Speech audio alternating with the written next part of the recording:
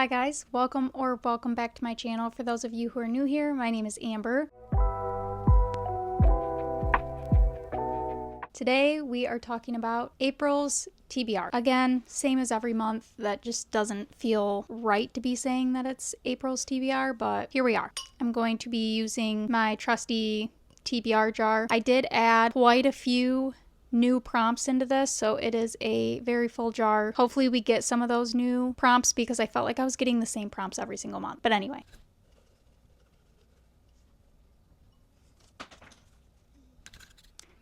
And we did in fact get one of the new prompts that I wrote, and it is a book that matches your nails, which my nails have like a flower design on them. So I'm gonna try and find a book that either the colors match, which it's pink, blue, kind of like a darker blue and a light blue and gold, or one that has flowers on them. I got ahead of myself like I always do, and I got up to go grab that book, but we're gonna pick all our prompts first and then I'll go pick books for it.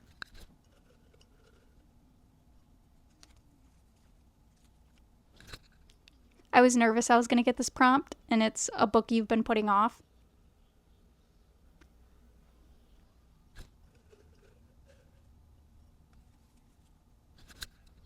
A book with pink on the cover.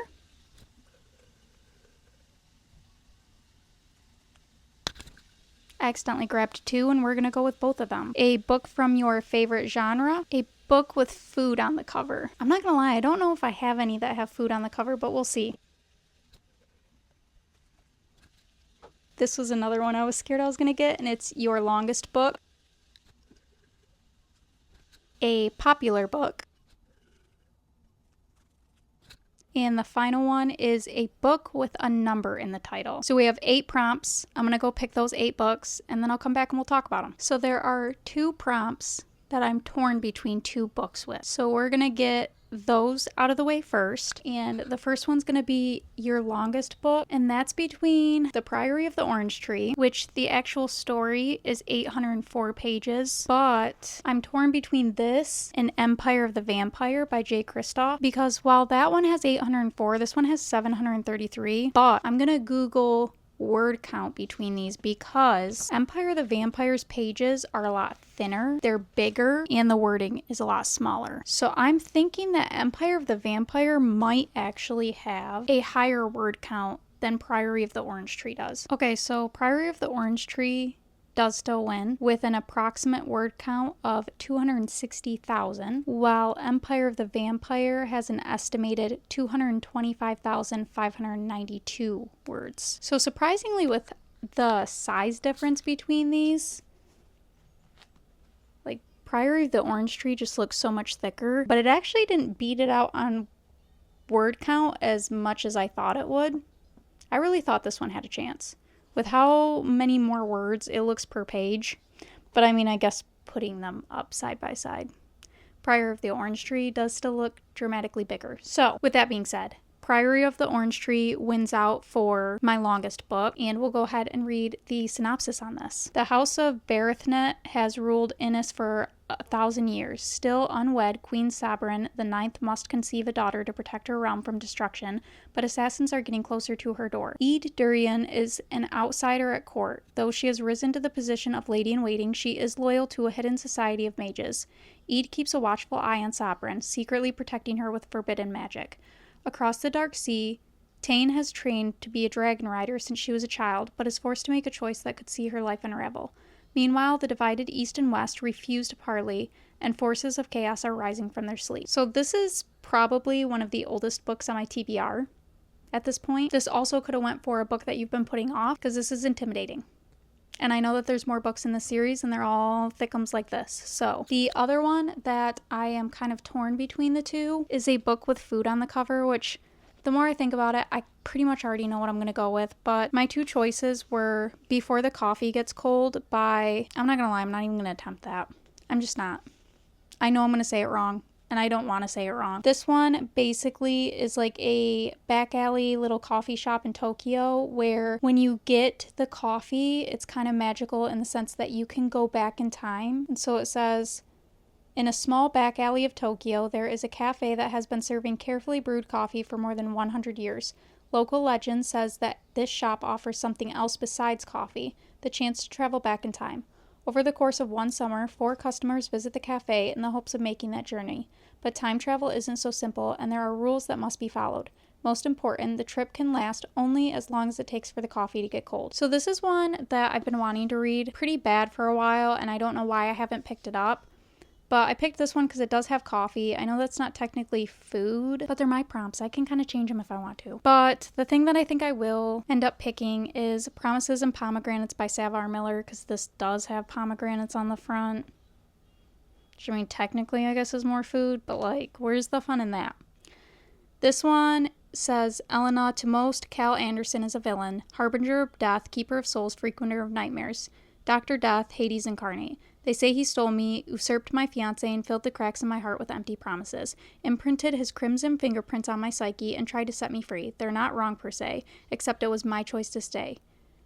And then from Cal's perspective, to most, Elena Ritchie is an innocent, goddess of springtime, lover of poetry, angel of my nightmares, little one Persephone personified. They say I ruined her, shattered her virtue, and devoured her soul like a succulent pomegranate. Embedded my evil as deep as I could possibly get and tried to set her free. They're not wrong per se, except it was she who ruined me. I love a good old gods retelling. So, I don't know, I kind of wanted to have more of like a diverse reading TBR this month. I'm going to bend the rules and we're picking before the coffee gets cold.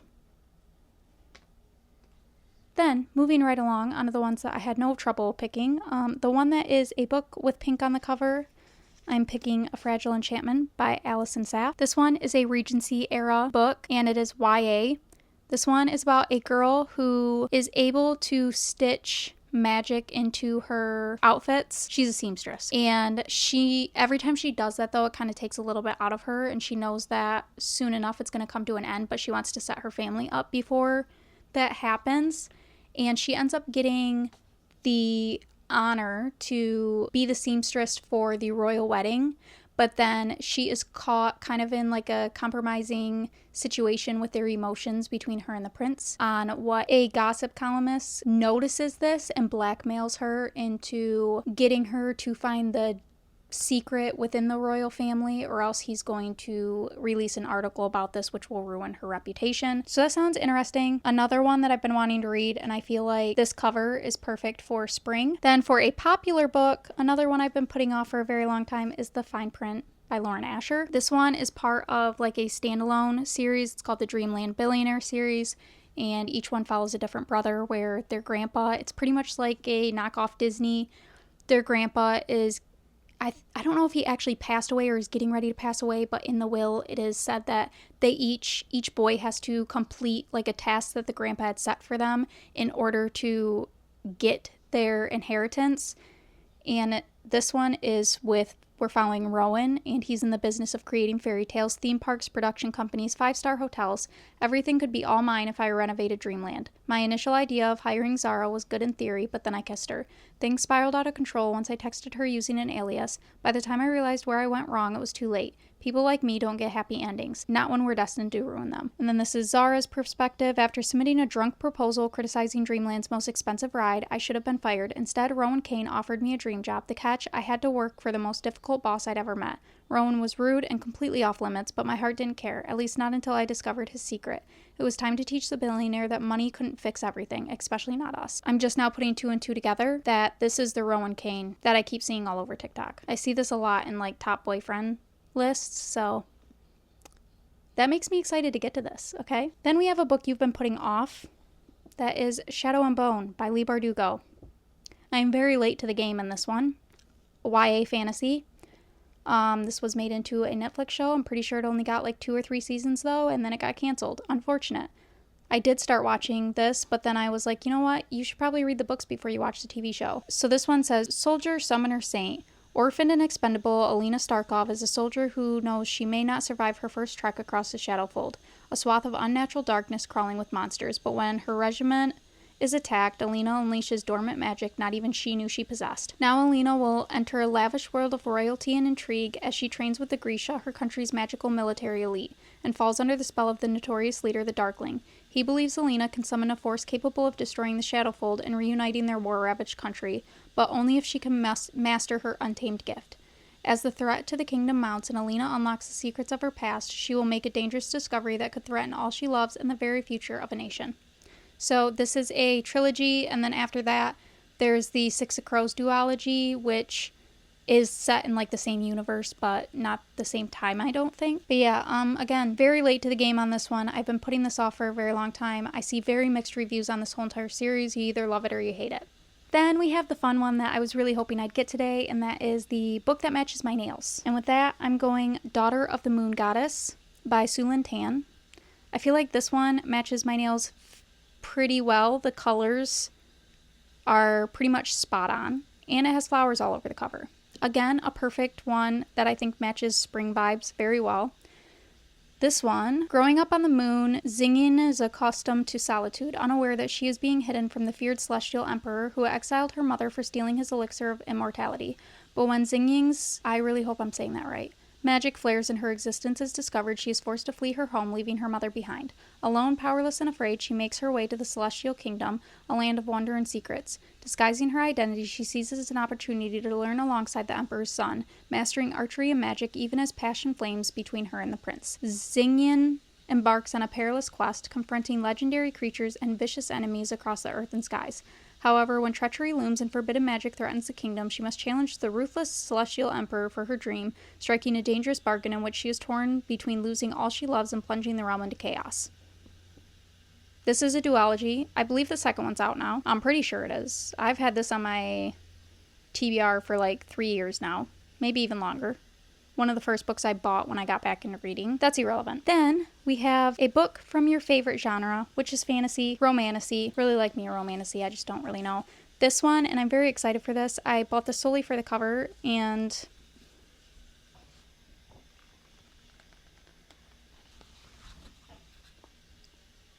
I'm just saying. I love the way this book looks. I don't really know anything about it, so I'm just going to read the synopsis because I'm very bad at doing a synopsis from the synopsis. So, 100 years, tens of thousands of gladiators, and today only one will rise. Everything in the kingdom of Arrow is a lie. Leith of Grey thought coming to this new land and volunteering to fight in the gladiator arena, vicious bloodthirsty tournaments where only the strongest survive, would earn him enough gold to save his dying sister. He thought there was nothing left to lose. He was wrong, and they took everything. His hope, his freedom, his very humanity. All Leith has left is his battle-scarred body, fueled by rage and hardened from years of fighting for the right to live another day. Then Leith meets Maeve, an elven royal who is everything he despises, everything he should hate, until the alluring princess offers him the one thing he needs most, a chance to win the coveted title of Bloodguard and his freedom. But in a kingdom built on secrets and lies, hope doesn't come cheap, nor will his ultimate revenge. Sign me right up. I think this might be the book I'm most excited for this month. Sign me up. And last but not least, a book with a number in the title. I tried to stay away from the other two, which is the Atlas 6 and Ninth House, which I'm pretty sure I've used every single time for that prompt. And I picked something new. And that is The 13th Child by Aaron A. Craig. This is another one that I just picked up recently. I knew nothing about. I picked it up solely for the cover and the gold sprayed edges. Again, I'm easy to please. This one, Hazel has always known she wasn't like her siblings. A 13th child promised to one of the gods, she spends her childhood waiting for her benefactor, Merrick, the god of death, to arrive and take her away. When he does, he lays out exactly what he's planned for Hazel's future. She will become a great and celebrated healer. To aid her endeavors, Merrick blesses Hazel with a gift, the ability to instantly deduce the exact cure needed to treat the sick. But all gifts come with a price. Hazel can see when death has claimed a patient and is tasked with ending their suffering, permanently. Haunted by the ghost of those she's killed, Hazel longs to run, but destiny brings her to the royal court where she meets Leopold, a rakish prince with a disdain for everyone and everything. And that's where Hazel faces her biggest dilemma yet. Should she save the life of a king marked to die? Hazel knows what she is meant to do and what her heart is urging her towards, but what will happen if she goes against the will of death himself? Ah, this is a fairy tale retelling. What fairy tale is this? My mind is blanking. Someone tell me what fairy tale this is down in the comments, because my mind's blanking and I have no clue what fairy tale that aligns with. Does it say on the back? No. I love me a good gothic fantasy though, don't get me wrong. Have a feeling, this sounds right up my alley also, so I have to say, this is kind of an ambitious TBR for me because especially this last month, I think I've gotten through 3 books. No, I haven't. I think I've gotten through 2. I think I've read 2 books, and I know that I've DNF'd 2 books. I think I've only actually read 2. Today's the 25th, so I have 6 days left, and with the rate that it's been taking me to read things, I've been a very slow reader, and I just have not been super sucked into anything that I've read in like the last month and a half. I'm really struggling with a reading slump. I think that I want to read, and then I sit down and I cannot focus for the life of me. Nothing keeps my attention well. I'm really hoping that with this large selection and how much I want to read, most of these books, like after reading the synopsis of all of these, I don't think there's a single book that I don't want to pick up. I'm intimidated by Priory of the Orange Tree, don't get me wrong on that one, but I still want to pick it up pretty bad nonetheless. It's just intimidating. Looking at that glossary at the end has me feeling the same way that I did with When the Moon Hatched. There were a hell of a lot of characters at the end of that book. Like pages of a glossary, and that intimidates me. Because I'm like, how am I supposed to keep track of all that? But I'm hoping that it is like When the Moon Hatched, where it looks intimidating and then you get into it and it's pretty easy to follow along. But yeah, I'm pretty excited. I think Bloodguard by CC Robson is probably my one that I'm most excited to get to. Yeah, I think that one and The Fine Print are the 2 books that I'm most looking forward to on this month's TBR. But there's not a single one that I'm disappointed with. I'm really happy with the kind of, it's not as much of a variety as I thought that I was going to get, but it's still a good variety nonetheless. We have some YA in here, some romance, some fiction. I'm excited. I'm excited for this month. I'm hoping that these books help me get out of that way too far down reading slump that I'm in right now. But let me know what books you're most looking forward to reading this month. If you've read any of these, let me know what you rated them. Spoiler free, of course. And that is all I have for you today. Thank you so much for watching. I always appreciate it so much. Also, we have finally hit 1,000 subscribers on here, and I just want to take a second to thank you guys all so much. You have no idea how appreciative I am of that. It is absolutely amazing. I'm so just amazed that over 1,000 of you have just decided to subscribe, to stick around. It's awesome. It is such a great feeling. I cannot wait to keep bringing more content to you guys, getting more of us in here. I love talking about books. About the only thing that I will truly ramble on about for hours plus and probably annoy anybody around me about books. I will find any excuse to talk about them. So, it makes me so happy to have so many of you that feel the same way as me. And yeah, thank you so much. I really appreciate it. And make sure to leave a like. It helps tremendously on my videos. Make sure to subscribe to stay up to date with all my future videos. And I hope to see you in the next one. Bye!